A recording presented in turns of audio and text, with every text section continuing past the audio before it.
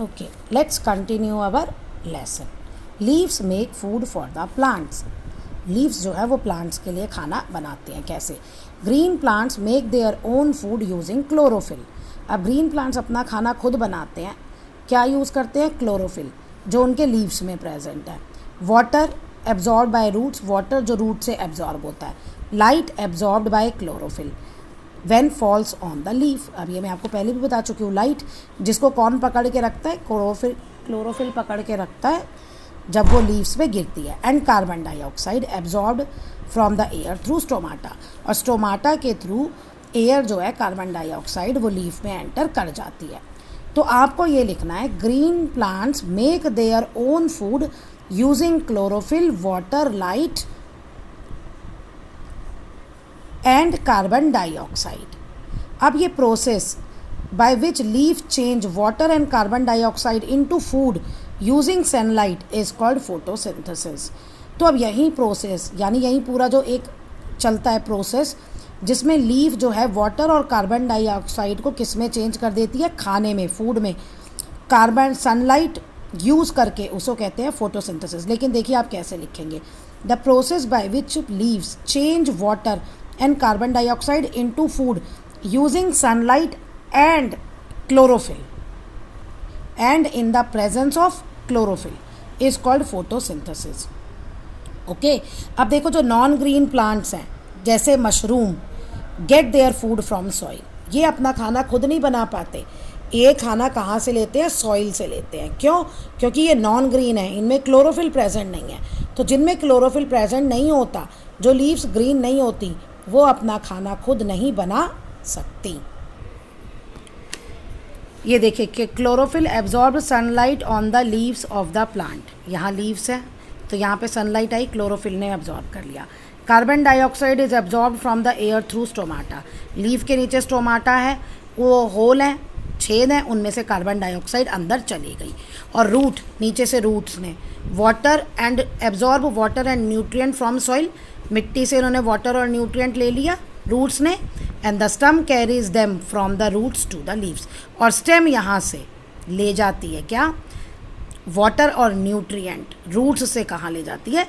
Leaves पर. तो ये पूरी प्रोसेस है आपकी photosynthesis. Plants too need oxygen. Plants को भी ऑक्सीजन की ज़रूरत होती है. While plants take in carbon oxide. जबकि प्लांट्स जो है वो कार्बन डाइऑक्साइड लेते हैं. And give out oxygen during photosynthesis. Photosynthesis के दौरान वो ऑक्सीजन वापस देते हैं. यानी फोटोसिंथेसिस में प्लांट्स कार्बन डाइऑक्साइड लेते हैं और ऑक्सीजन छोड़ते हैं. They also take in oxygen and give out carbon dioxide during a process. अब वो कहते हैं वो एक प्रोसेस ऐसा भी है जिसमें वो ऑक्सीजन लेते हैं और कार्बन डाइऑक्साइड छोड़ते हैं. उस प्रोसेस को क्या कहते हैं? उस प्रोसेस को कहते हैं रेस्पिरेशन. क्योंकि हम लोग भी रिस्पायर करते हैं यानी सांस लेना, ब्रीथिंग. तो हम कार्बन डाइऑक्साइड लेते हैं और ऑक्सीजन छोड़ते हैं. तो प्लांट्स भी रात में रिस्पायर मतलब दिन में रिस्पायर कम करते हैं और फोटोसिंथेसिस प्रोसेस ज़्यादा करते हैं.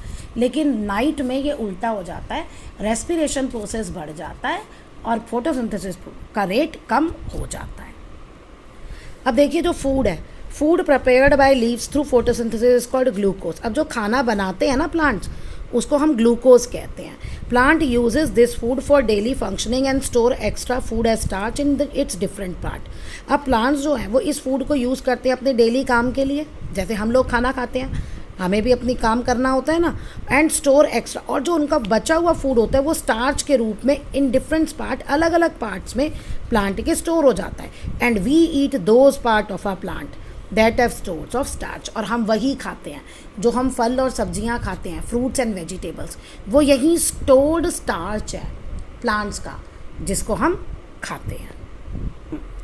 प्लांट्स शेड देयर लीव्स, मतलब प्लांट्स जो हैं वो अपनी पत्तियां कब गिराते हैं?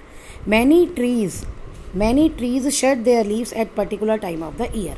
बहुत सारे ट्रीज़ ऐसे हैं जब हम जिसे कहते हैं पतझड़ का मौसम आ गया तो उस टाइम पे वो जो प्लांट्स हैं सारे अपनी पत्तियां गिरा देते हैं.